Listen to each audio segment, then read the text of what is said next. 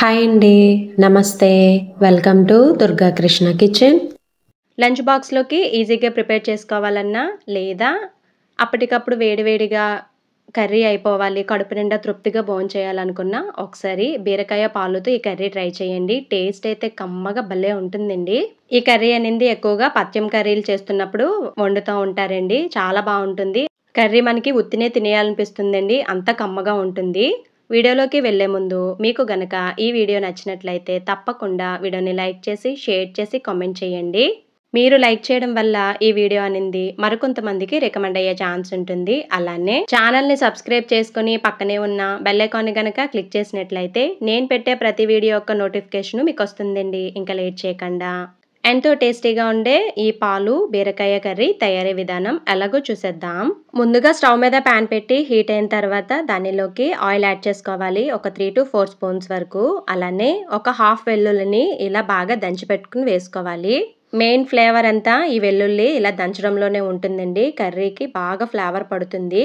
వెల్లుల్లి కొంచెం లైట్గా వేగిన తర్వాత దానిలోకి 1 స్పూన్ వరకు పచ్చిశనగపప్పు, హాఫ్ టీ స్పూన్ వరకు మినప్పప్పు, అలానే పావు టీ స్పూన్ వరకు ఆవాలు, తర్వాత హాఫ్ టీ స్పూన్ వరకు జీలకర్రను కూడా యాడ్ చేసుకోవాలి. దానితో పాటే ఒక ఎండుమిర్చిని కూడా వేసుకోవాలి. వీటన్నింటినీ మంచి అరోమా వచ్చేంత వరకు ఫ్రై చేసుకోవాలి. స్టవ్ మాత్రం సిమ్లోనే ఉండాలి. ఈ తాలింపు అనేది ఒక 60% ఫ్రై అయిన తర్వాత దానిలోకి ఇలా కరివేపాకు, అలానే సన్నగా తరిగిన పచ్చిమిర్చిని కూడా యాడ్ చేసుకోవాలి.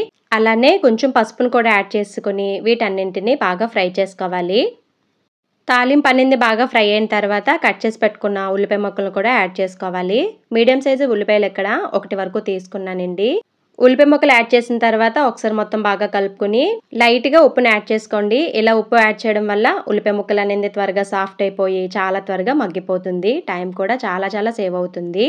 ఉప్పు యాడ్ చేసిన తర్వాత ఒకసారి మొత్తం బాగా కలుపుకొని మూత పెట్టుకుని మగ్గించుకోవాలి. స్టవ్ సిమ్లోనే ఉండాలి. చెక్ చేసుకున్న ప్రతిసారి మూత పెట్టుకుని మగ్గించుకుంటే మనకి ఉల్లిపాయ ముక్కలు అనేది చాలా త్వరగా మగ్గిపోతాయి. చూసారు కదా, ఉల్లిపాయ ముక్కలు ఇలా బాగా దగ్గర పడిపోయిన తర్వాత దానిలోకి కట్ చేసి పెట్టుకున్న బీరకాయ ముక్కలు, అలానే ఇలా ఉప్పును కూడా యాడ్ చేసుకోవాలి. ఇలా ఉప్పు యాడ్ చేయడం వల్ల బీరకాయ ముక్కలు కూడా చాలా త్వరగా మగ్గిపోతాయి. ఉప్పు యాడ్ చేసిన తర్వాత ఒకసారి మొత్తం బాగా కలుపుకొని మూత పెట్టుకుని బీరకాయ ముక్కలను మగ్గించుకోవాలి.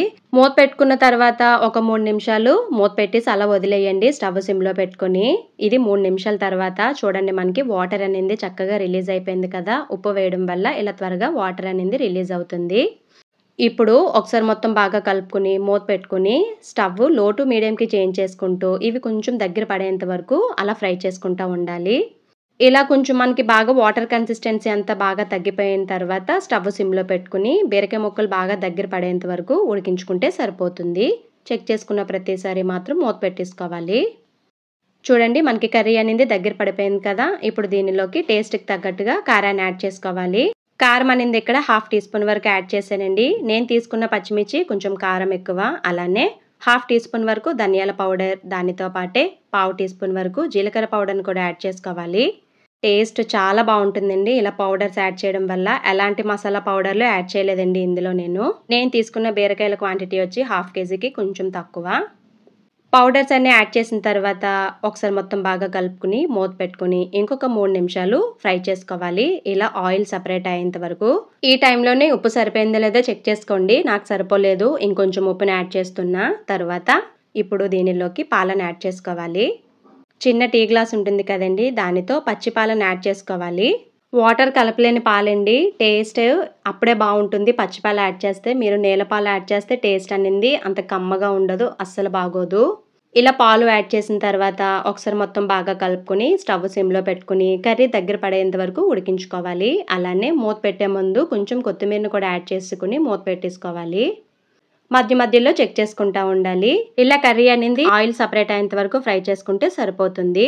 ఈ కర్రీ అనేది రైస్లోకైనా, దోశల్లోకన్నా, చపాతీలోకైనా, దేనిలోకన్నా సరే ఎక్సలెంట్గా ఉంటుందండి. చాలా బాగుంటుంది కర్రీ అనేది.